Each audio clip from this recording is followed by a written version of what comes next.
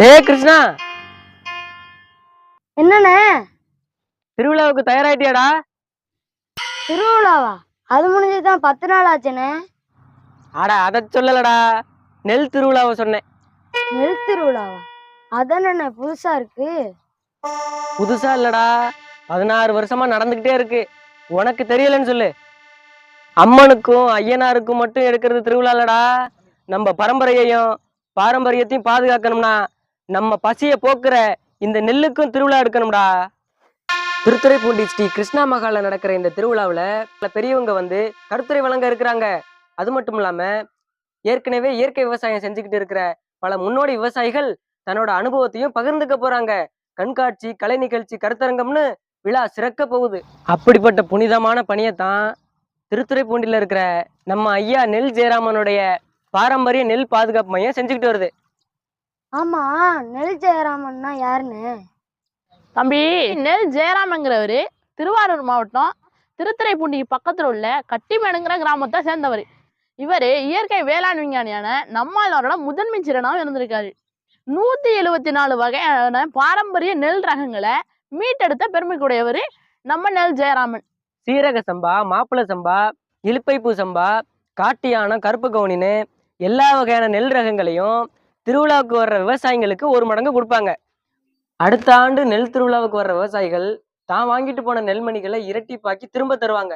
அந்த மாதிரி பெறப்பட்ட நம்முடைய பாரம்பரிய நெல் ரகங்களை கேரளா, ஆந்திரா, கர்நாடகால இருந்து வர விவசாயிகள் இங்க உள்ள பாரம்பரியமான நெல் ரகங்கள்லாம் வாங்கி அவங்களோட வயல்ல விவசாயம் செஞ்சு இன்னைக்கு இந்தியா முழுவதும் இயற்கை விவசாயம் நடக்க காரணமா இருந்தவர் தான் நம்ம நெல் ஜெயராமன் ஐயா.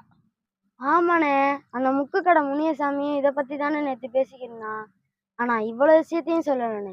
இந்த அவனே வரான் பாரு. மாமுனியசாமி, திருவிழாக்கு போக தயாரா? நான் தயாரா தானே இருக்கேன். ஆனா அந்த விவசாயிகளுக்கு தான் நெல் திருவிழா பத்தி இன்னும் தெரியல. என்னப்பா பண்றது? யார் யாரோ வராங்க, எந்த நெல்லையோ கொடுக்குறாங்க. இந்த நெல்லுல நீங்க பயிர் பண்ணுங்க, 1.5 மாசத்துல ஓஹோ மகசூல் வரும்னு பேராசையை காட்டுறாங்க. நாங்களும் நம்பி பயிரை விதைக்கிறோம். கொஞ்ச நாள்லயே நோய் விழுந்துருது. அவங்கள்ட்ட போய் கேட்டா இந்த உரத்தை போடுங்க, அந்த மருந்து அடிங்கன்னு சொல்றாங்க. ஆனா கடைசியில நாங்க தான் மருந்து குடிக்கிற சூழல் உருவாகுது.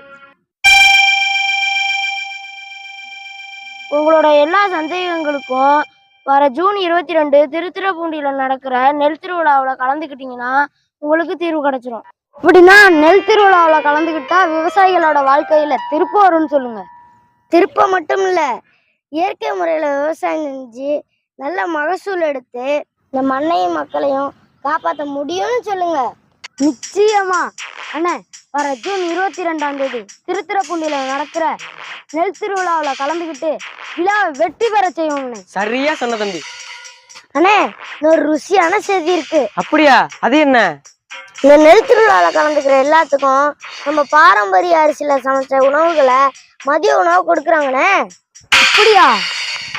என்ன எல்லாத்துக்கும் வச்சு ஊறுதா? யாரும் அவசரப்படாதீங்க. வர ஜூன் 22 திருத்துறைப்பூண்டியில நடக்கிற நெல் திருவிழாவில் சந்திப்போம்.